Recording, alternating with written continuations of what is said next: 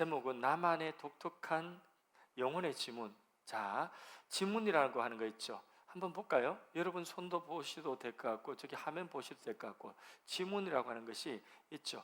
이 손가락 지문은 이 세상에 똑같은 지문이 있을까요? 없을까요? 없죠, 그죠? 하나밖에 없어요. 이 세상의 지문은 하나밖에 없습니다. 따라서 나의 지문은 나의 아이덴티티, 나의 신원을 세상 사람들과 구별되지는 나의 신원, 나의 아이덴티티를 여기 지문이 가지고 있는 거예요. 그래서 인천공항에 갈 때에 줄 쭉 서가지고 있는데 지문 인식이 있거든요.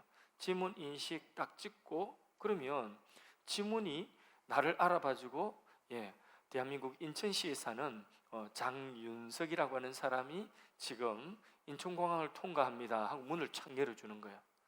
그러니까 지문이라고 하는 것은 이 세상에 다른 모든 사람들과 구별되어지는 독특한 나 자신이라는 그것을 지문이 그것을 보여주고 있습니다. 근데 이 지문이라고 하는 거, 이것은 사실 피부 한꺼풀이에요. 피부 한 꺼풀.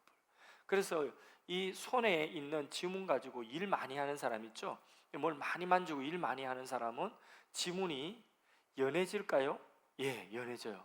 그래서 지문을 찍어도 잘 안 될 때가 있어요. 동사무소 가가지고 지문 찍는데도 이 지문이 인식이 잘 안 되는 사람들은 지문, 손을 많이 사용해서 껍질 벗기고 이러니까 지문이 허릿해지기도 해요. 사실 이 지문이라고 하는 것은 피부 한 꺼풀에 불과해요. 그런데 나의 영혼에도 지문이라고 하는 것이 있어요. 그래서 영혼의 지문이다. 오늘 선교에 그냥 그렇게 이름을 붙여봤어요. 자, 자신만이 가지는 자기 영혼의 독특한 가치를 영혼의 지문이다. 자기 영혼만이 가지는 독특한 가치는 이 세상에 어떤 사람들도 가지지 못한 나만이 가지고 있는 독특한 영혼의 지문이 있다면, 여러분들 세상 사람들이 여러분들을 보는 그리고 평가하는 쟤는 몇 등급, 쟤는 무슨 학교, 이렇게 평가하는 그 평가가 아니라 하나님이 내 영혼을 바라보시고 하나님이 바라보시는 나의 그 모습, 그게 바로 뭐냐 하면 나의 영혼의 지문이라고 할 수 있는 거죠. 현재의 부족한 내 모습이 아니라, 현재의 어린 내 모습이 아니라 앞으로 되어질 하나님이 만드실 하나님의 마음속에 있는 나의 독특한 나를 향한 계획, 그게 바로 뭐냐 하면 영혼의 뭐라고요? 지문이라고 하는 거죠. 이런 것은 모든 하나님의 자녀들에게 다 있는 거예요. 지문이 다 있듯이. 다윗은 하나님만이 가진 그 자신을 향한 독특한 계획, 그것을 시편 139편 16절에 이렇게 기록하고 있습니다. 한번 볼까요? 자, 같이 읽어봅시다. 내 형질이 이루어지기 전에, 내 형질이 이루어지기 전에 내 어머니 뱃속에서 눈, 코, 입이 생기기 전에, 태아로 그렇게 눈, 코, 입이 생기기 전에 주의 눈이 보셨으며, 다른 말로 내가 태어나기도 전에 하나님이 나를 아셨다는 거예요? 모르신다는 거예요? 알고 계신다는 거죠. 그 다음 그 뒤에도 읽어봅니다. 시작. 나를 위하여 정한 날이 하루도 되기 전에, 그러니까 태어나기 전에 그 말이죠. 태어나기도 전에. 그 다음 읽습니다. 주의 책에 다 기록이 되었나이다. 주의 책은 하나님의 마음이라 보면 돼요. 하나님의 마음속에는 내가 태어나기도 전에 하나님께서 내 영혼의 지문, 다시 말해서 앞으로 내가 되어질 온전한 하나님의 자녀로서의 그 모습, 현재의 나의 어린 모습이나 연약한 모습이 아닌 앞으로 하나님께서 나를 만들어 가실 그 하나님의 계획대로의 나의 모습을 하나님께서는 내가 태어나기도 전에 하나님의 책에 다 기록하고 있었습니다. 다른 말로 다 계획하고 있었다는 거죠. 한번 따라갈까요? 하나님은 나를 향한 놀라운 계획을 가지고 있다. 나를 향한 놀라운 계획을 가지고. 그러면 우리의 책임은 뭘까요? 우리의 책임은 이제 우리에게 책임이 있어요. 그 책임은 뭘까요? 하나님이 나를 향한 놀라운 그 계획을 내가 발견하는 거예요. 그것을 찾는 것은 내 책임이라는 거예요. 내가 그것을 빨리 찾는 사람, 어떤 사람은 어릴 때 그걸 찾는 사람이 있고, 어떤 사람은 중학교 때 찾는 사람이 있고, 어떤 사람은 고등학교 때 찾는 어떤 사람은 한참 성인이 돼서도 찾지 못하고 헤매이는 사람이 있는 거예요. 여러분은 하나님이 여러분들을 향하신 그 영혼의 지문을 빨리 찾는 은혜가 있기를 주님의 이름으로 축복합니다.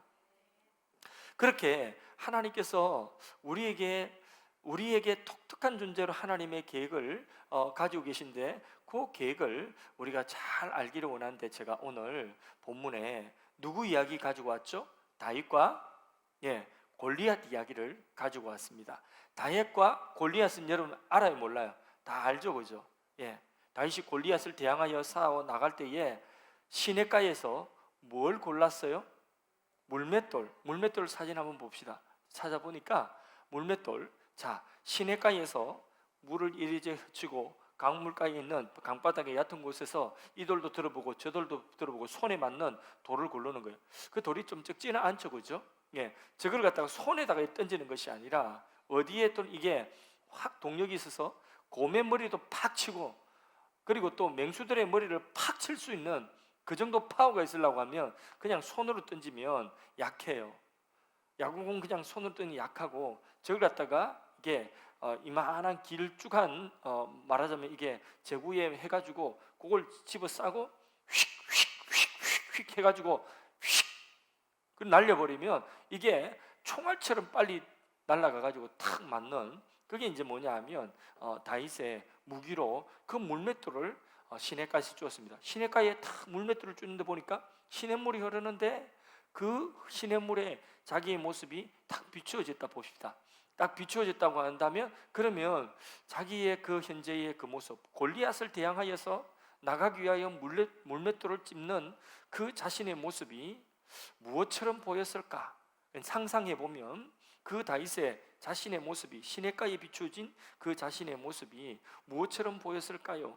그 순간만큼은 이스라엘을 모욕하고 하나님의 이름을 모욕하는, 하나님을 대적하는 그 원수 골리앗을 사울 왕도 이기지 못하고 장수들도 나가지 아니하는데 17살 먹은 어린 소년이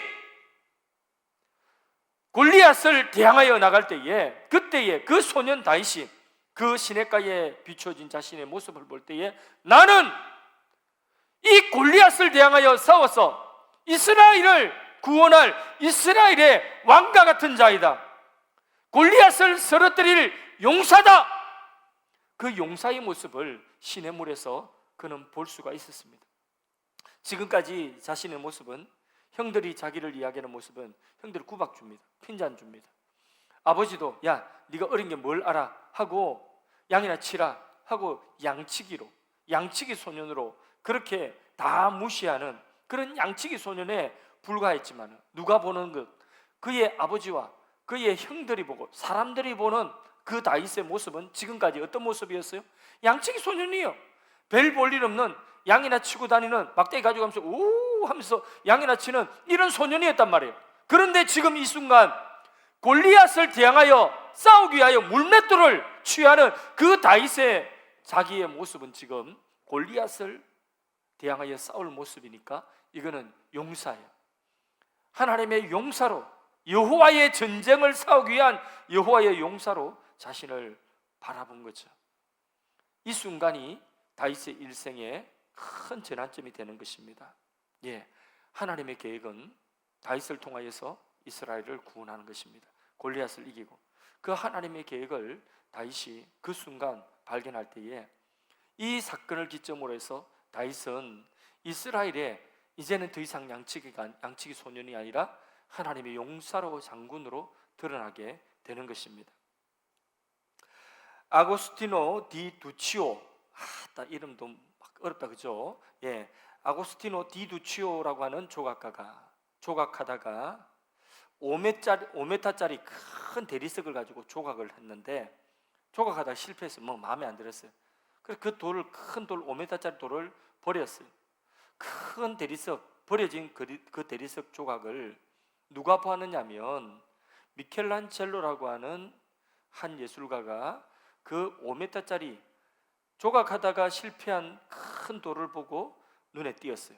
그리고 미켈란젤로가 그 돌을 얻어가지고 그때부터 그 돌을 끌을 가지고 정을 가지고 다듬기 시작합니다. 끌로 새기면서 망치로 때리면서 무려 4년. 여러분 고등학교 몇 년이죠? 고등학교 몇 년이죠? 3년이죠. 고등학교 3년까지 왔대. 그러니까 4년 동안에 꼬박 그것을 하루도 빠지지 않고 나와서 그것을 새기고 그리고 끌로 자르고 막 이 작업을 하는 것입니다.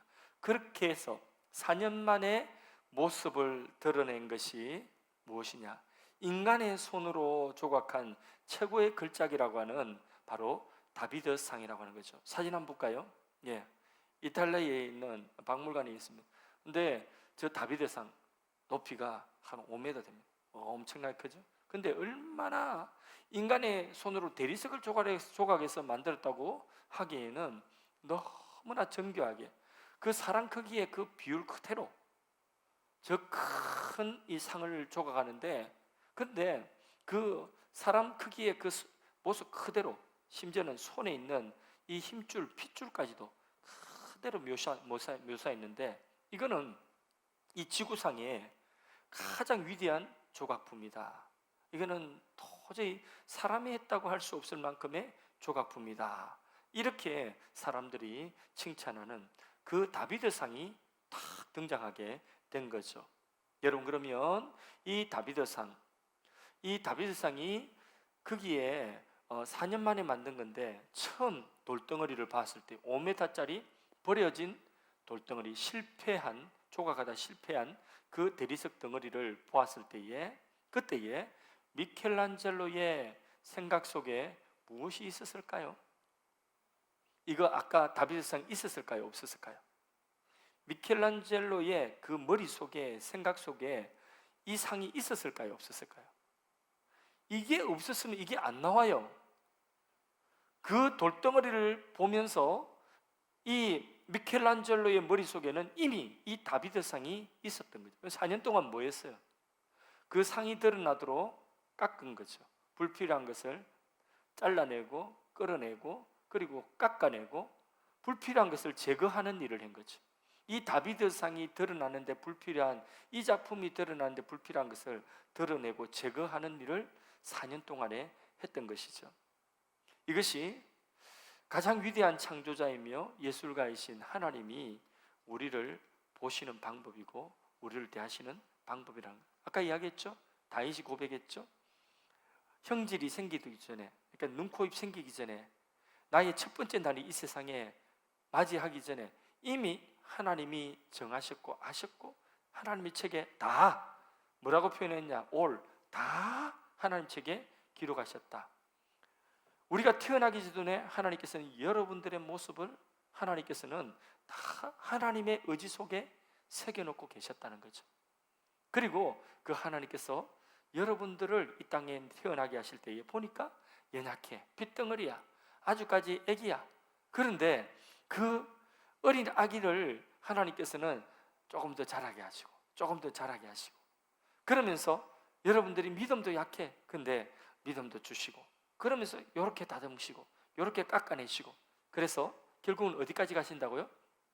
바로 하나님께서 처음에 영혼의 지문으로 여러분들만의 독특한 하나님의 그 작품으로 계획하신 그 계획을 드러내시는 것입니다. 할렐루야. 예, 그래서 우리 모두는 하나님의 작품이라는 것입니다.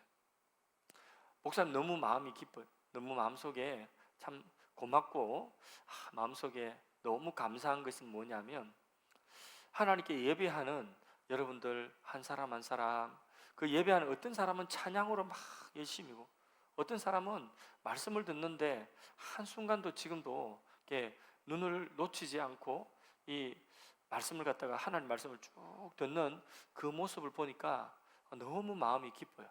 예. 그렇게 하나님께서는 여러분들을 말씀을 듣는 사람으로, 또 하나님을 아는 사람으로 다듬어가서 하나님이 여러분들을 향한 그 여러분들만의 독특한, 나만의 독특한 하나님의 작품, 계획하신 그것을 드러나게 하시는 거예요. 근데 지금 아직 어리죠. 우리가 지금 미숙하죠. 그죠? 예. 그렇지만은 하나님께서는 지금 미숙한 모습, 이것을 더 분명하게 하나님의 기뻐하신 모습으로 드러내기를 원해요. 그래서 하나님은 우리를 뭐라고 했냐면 하나님의 작품이다. 그걸 뭐라고 했냐면 히랍어로, 성경이 기록된 히랍어로 포이에마라고 하는데, 그 포이에마라고 하는 히랍어에서 영어 포이엠, 뭐죠? 포이엠. 제가 발음이 안 좋나? P-O-E-M, 포이엠, 시. 예, 시라고 하는 단어가 거기서 나온 거예요. 하나님의 작품. 우리는 하나님의 시, 하나님의 작품입니다. 하나님은 여러분들이 어릴 때부터 자라면서 하나님께서는 한 사람 한 사람, 바로 우리 한 사람 한 사람 속에 하나님의 이야기들을 담아 놓으셨어요. 그 하나님의 계획들을 하나님께서는 우리의 삶을 통해 드러나게 하시는 거예요. 그래서 하나님의 역사, 그 세상 역사를 영어로 뭐라고? 역사를 영어로 뭐라 하죠? History죠. History는 His plus story. 그분의 대문자 His, 그분의 하나님의 스토리, 하나님의 이야기는, 하나님의 이야기가, 여러분들을 향한 독특한 하나님의 이야기가 한 사람 한 사람 영혼의 지문처럼 그렇게 새겨져 있다는 것을 믿으시기를 바랍니다. 그런데 아까 다비드상 봤죠? 사진 한 장 더 보여주겠습니다. 자, 이 사진은 이탈리아 그 박물관 들어가서 다비드상을 향하여 가는 복도예요. 근데 이 박물관에 다비드상 구경하기 위해서 하루에도 많은 사람, 전 세계에서 온 많은 사람 줄을 서서 돈 주고 저 안에 들어가서 그걸 보는데, 다비드상 안에, 저 안에까지 들어가는 그 길의 통로의 복도의 옆에 저기에 벽면에 또 다른 조각들이 있습니다. 그런데 그 조각들은 미완성의 조각들처럼 보입니다. 일렬로 쭉 늘어놓은 미완성의 그 조각품들은 조각의 형태가 뭐냐면 그냥 돌덩어리예요. 그 돌덩어리에서 뭐만 하나, 팔만 하나 쭉 나와 있어요. 어떤 거는 다리만 하나 쭉 나와 있어요. 몸통의 일부만 쭉 나와 있어요. 이렇게 돌덩어리인데 거기서 팔 하나 쭉 나오고, 뭐 이렇게 머리빛 쭉 나오고, 이런 것들이 옆에 쭉 서 있단 말이에요. 미완성의, 아직까지 형체가 다 드러나지 않은 미완성의 몸의 일부분만 쭈삣 나온 이 옆에, 복도 옆에 다비드상으로 가는 그 옆에 세워져 있는 이 조각품들, 그 조각품들의 이름이 뭐냐면 포로들이에요. 포로. 예. 아직까지 다 드러나지 않은 돌 속에 갇혀 있는 그 포로와 같은. 그래서 하나님이 이 세상 가운데 두신 모든 사람들, 하나님의 온전한 계획이 다윗처럼 드러나기 전에 사람들은요, 자기 자신을 알지 못할 때에, 그때에 그냥 팔 하나 쭉 나온, 몸의 일부 쭉 나온 그런 미완성의 모습, 그런 모습들이 바로 포로된 모습이라고 하는 거지. 하나님 계획하신 자기를 발견하지 못하고 살아가는 사람들의 모습인 것입니다. 자신이 어떤 사람이 되어야 하는지, 무엇을 위하여 살아가야 되는지 알지 못하고, 꿈도 없이 계획도 없이 있다 할지라도 불가능하다는 생각에 꼼짝없이 갇혀있는 모습, 그게 포로라는 거죠. 게으름, 또 습관적인 죄, 거기에 막혀서 가야 할 길을 가지 못하고 내 마음은 있지만은 아무것도 하지 못하는 그 게으름 속에 빠져서, 또는 내가 습관적으로 그냥 시간 허비하며 습관적으로 죄를 짓는 그것 때문에 하나님의 계획이 내 삶 속에 다 드러나지 못하고 여전히 돌덩어리처럼 이게 뭔지, 이게 사람인지, 이게 뭔지 그렇게 드러나지 못하고 그 상태에 있는, 그게 바로 뭐냐면 바로 포로라는 포로. 이 세상에 많은 사람들이 나이 들어서도, 어른이 되어서도 그렇게 살아가고 있는 사람들이 너무나 많습니다. 꿈도 없고 계획도 없고. 예수님께서 오신 것은 이 포로된 것을 이제는 포로에서 벗어나서 자유를 주시기 위하여 오신 것입니다. 여러분들이 예수님 만나기를 원합니다. 예수님을 믿고 예수님을 여러분들의 하나님으로, 부모님의 하나님이 아니라 여러분 한 사람 한 사람의 하나님으로 만날 수 있기를 바랍니다. 예수님께서 우리를 아무 목적 없이 구원하신 것이 아닙니다. 우리를 구원하셔서 우리가 갇혀있는 돌덩어리 속에서 몸 일부가 나온 것 같은 미완성의 조각품과 같은 그런 우리의 모습 속에서 예수님은 우리를 다듬고 다듬어서 어떤 모습으로? 다비드상과 같은 그런 하나님의 작품으로, 그렇게 하나님은 우리를 드러내기를 원하시는 것입니다. 그래서 가장 먼저 여러분들이 제일 중요한 것은 하나님 만나야 돼요.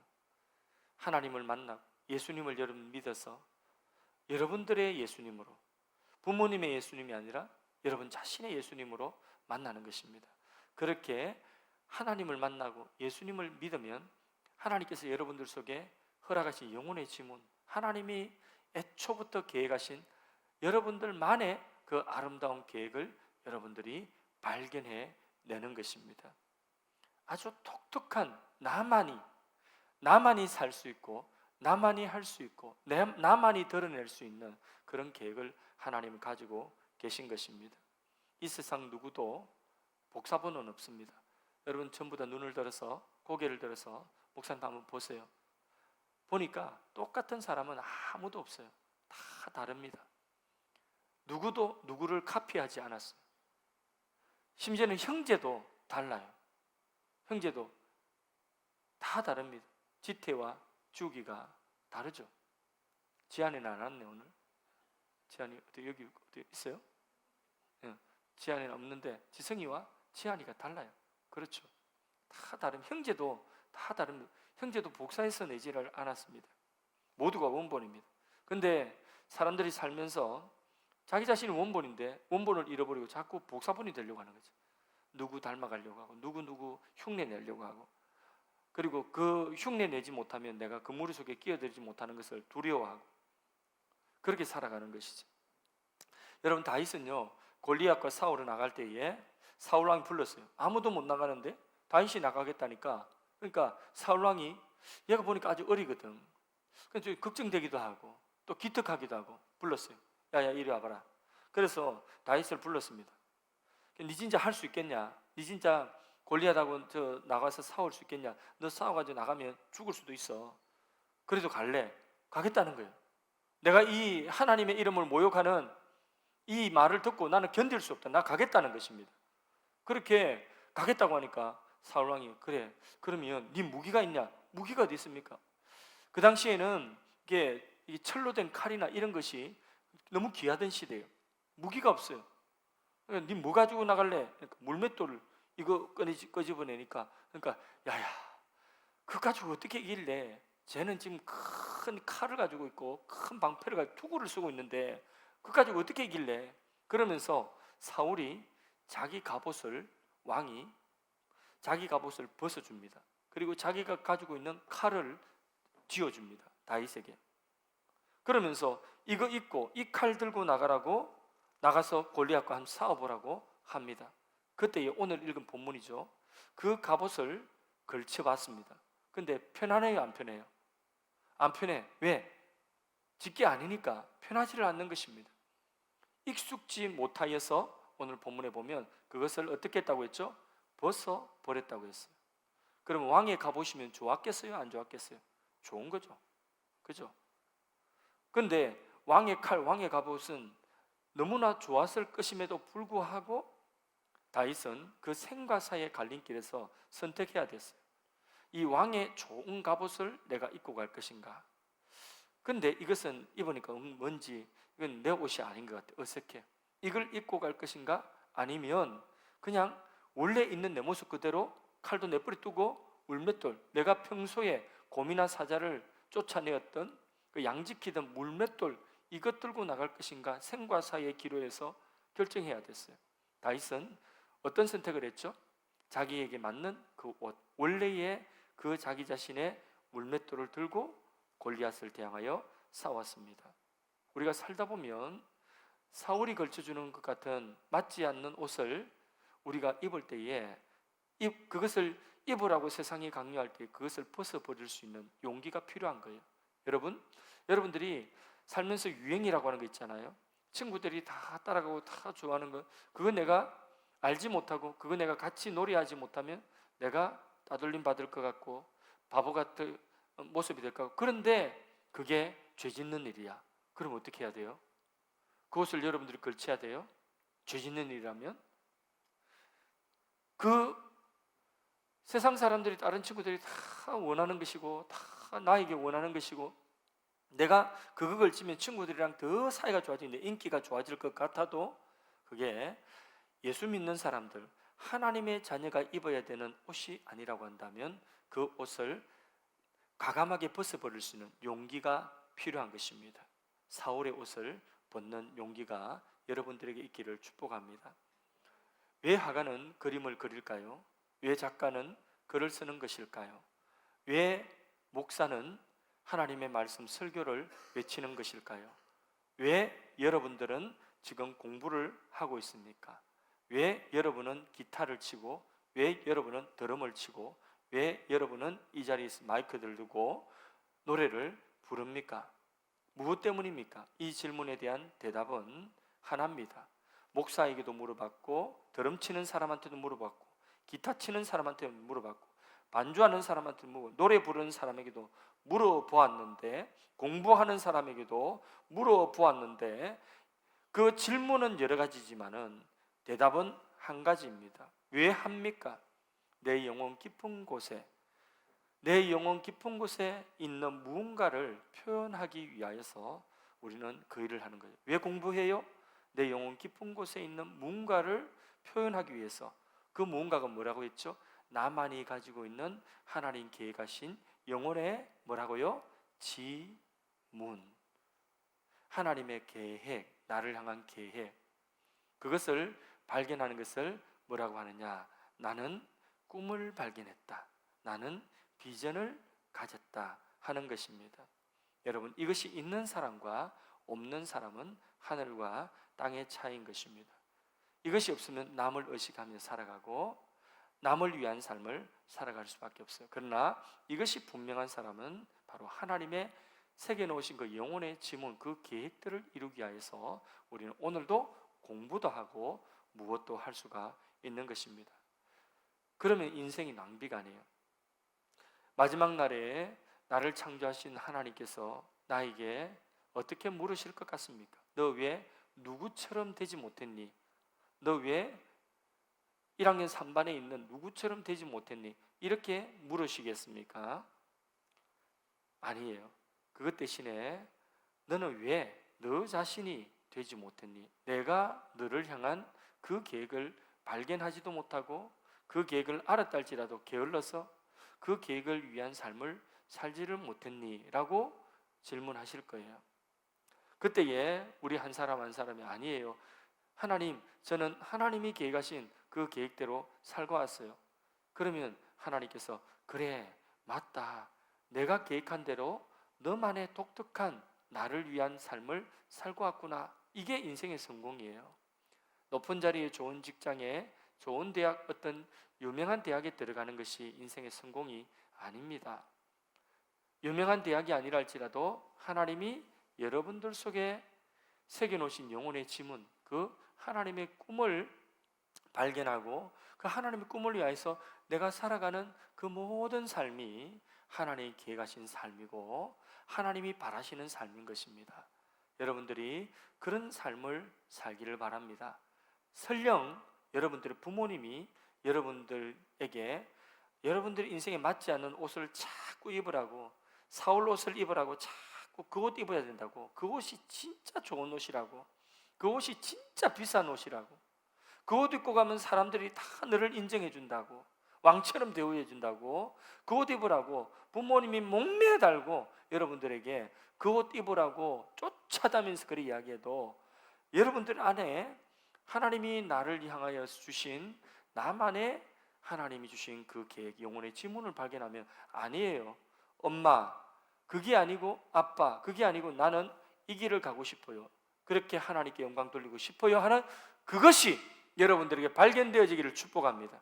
그리고 그 길을 걸어간다면 그러면 그게 성공이에요. 그래서 말씀을 맺습니다. 한 분 한 분 여러분은 너무나 소중한 하나님의 자녀들이고 하나님 아들, 딸들입니다. 먼저 하나님이 여러분들 독특한 이 세상의 복사본이 아니라 나는 원본이다. 맞습니까? 나는 원본이라는 거죠. 그리고 하나님께서는 여러분들 안에 새겨놓으신 영혼에 뭐가 있다고요? 지문이 있다. 그러면 여러분들은 뭘 해야 된다고요? 그 영혼의 지문, 나만의 지문, 다시 말해서 하나님이 나를 향하신 그 꿈, 그 계획을 빨리 발견해내야 된다. 그리고 그 일을 위하여서 다른 사람 의식하지 않고 다른 사람 눈치 보지 않고 그 일을 위하여 살아가는 나의 삶이 내 옷에 맞는 그 옷이다. 내 몸에 맞는 옷이다. 그 옷 입고 살아가면 하나님께서는 여러분들과 함께 하시며 여러분의 삶을 통하여서 영광 받으시는 줄로 믿습니다.